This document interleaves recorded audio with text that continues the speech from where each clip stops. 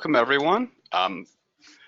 Today for the tutorial, I'm going to give a very brief, broad overview of Mastermind, its contents, and its potential uses.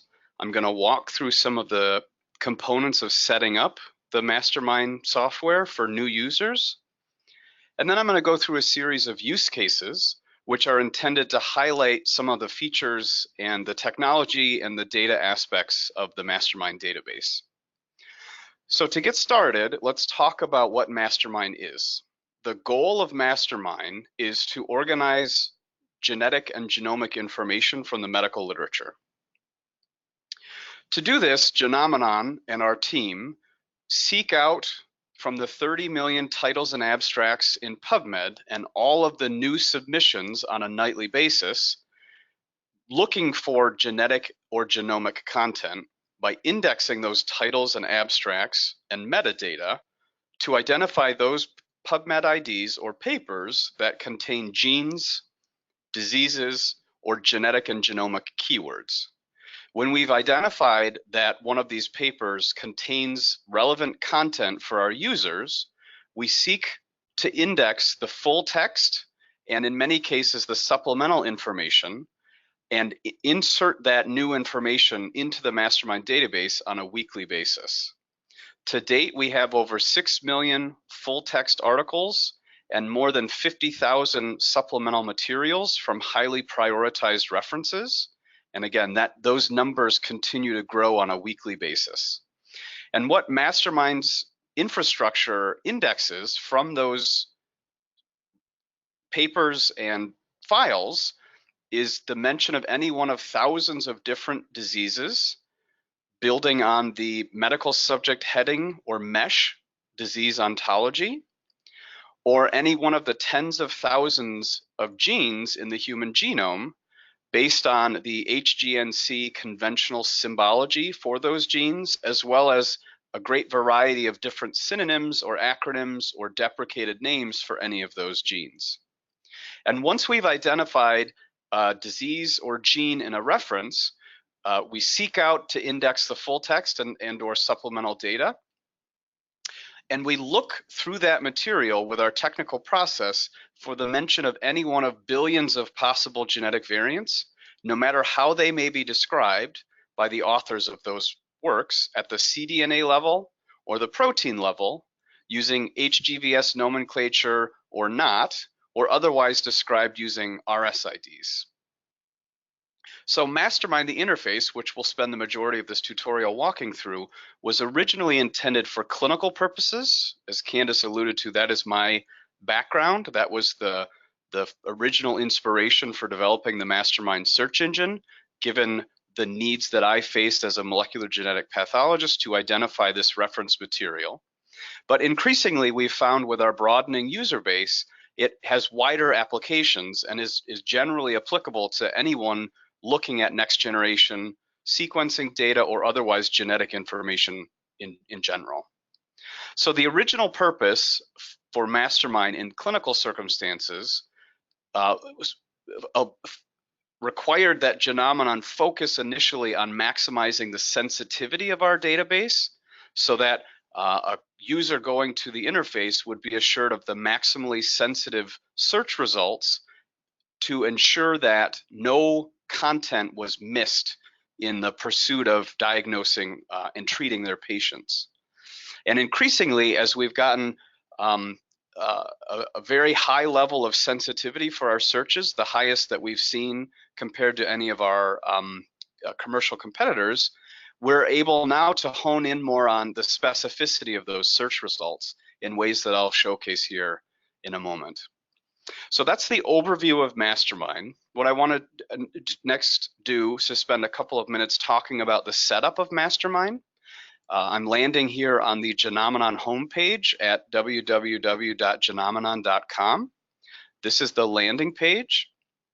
For those of you who have not yet signed up, I'll direct your attention to the bottom of this page, and it appears throughout the rest of the website, where you can try the Mastermind software for free by clicking on this red button. I'm already obviously a account holder, and so I'll show you what that window looks like when you perform that search. This is a Chrome incognito window. So if I click on that red button as a naive user, I'm prompted to sign up for Mastermind Access with some required fields. There's an end user license agreement to agree to and confirmation that you are a healthcare professional or researcher. And then you click the sign up button and that will trigger our engagement with you to give you your account, give you the necessary information via email to get your account set up, as well as to change or reconfigure your password. So one of the first things to highlight when you get your emails after initially signing up as a new user is the only required aspect of setup is to install the Google Chrome extension that goes along with the Mastermind software.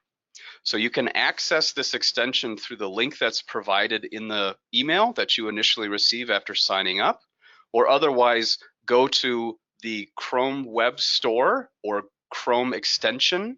If you want to look it up in a Google search, you'll be taken to this page. If you perform a search on Genomenon, as I have done here, or otherwise Mastermind extension, here is the Chrome extension. Chrome is the preferred browser for interacting with the Mastermind software. The purpose of the extension is solely to allow users who have access to the full text PDF content to see that content in the Mastermind app itself.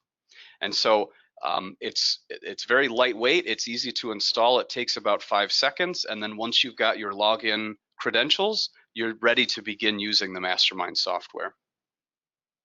Before I jump into that aspect of the webinar here, the tutorial aspect, I want to talk through a couple of the different ways that we give out this information to our free users as well as to our professional edition users.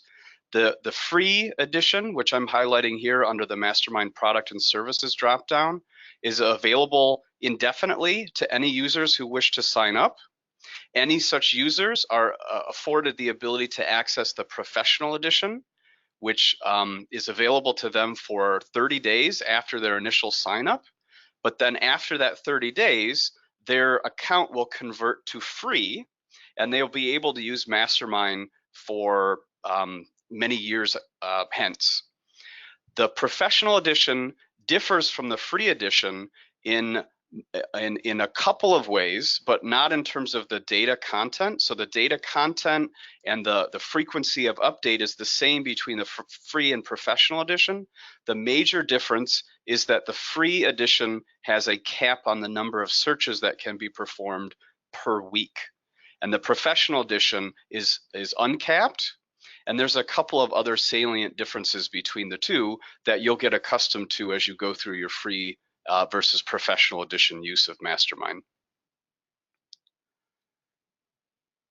So once you get the welcome email, which is the primary way that we communicate with our user base to provide information about software updates, as well as to provide a monthly newsletter, you can proceed to the Mastermind homepage itself, which I'm showing here. Just to orient you a bit, there's the toolbar at the top where you can always return to home here to return to the Mastermind homepage. We encourage people to contact us with any questions they have. If they found anything particularly valuable about one of the searches that they've performed, that's very meaningful to us. If they have what they think is a novel use case that they'd like to discuss with us, we'd be very interested to hear from them, as well as having any questions about some of the content, either from comparison work that they've done or from real-time clinical searching that they've performed. Any kinds of questions like that will eventually reach my desk, and I look through those and greatly appreciate any interaction we have with our users. A couple of features to talk about in addition to the way that we give this information to our users. Mastermind Alerts is a way for you to be apprised of newly published literature before or in the absence of any need to search the Mastermind database. If you have a variant or 1,000 variants that you're interested in keeping track of, whether they've been published in the medical literature, Mastermind Alerts is a way for you to receive that information by email and then be taken to the Mastermind software through links that are provided in those periodically updated emails, whether weekly, monthly, or quarterly.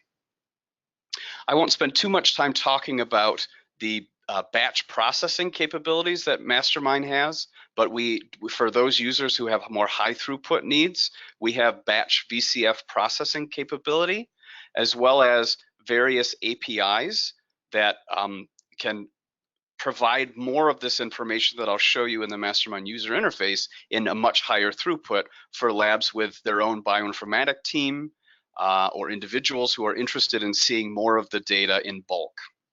There's a feature here to check your account information, as I said, to change your password or to be sure of what access credentials you have. Right now, for me and for the duration of the tutorial, this will be the professional edition. I don't know if you can see that I've got my GoToWebinar content here.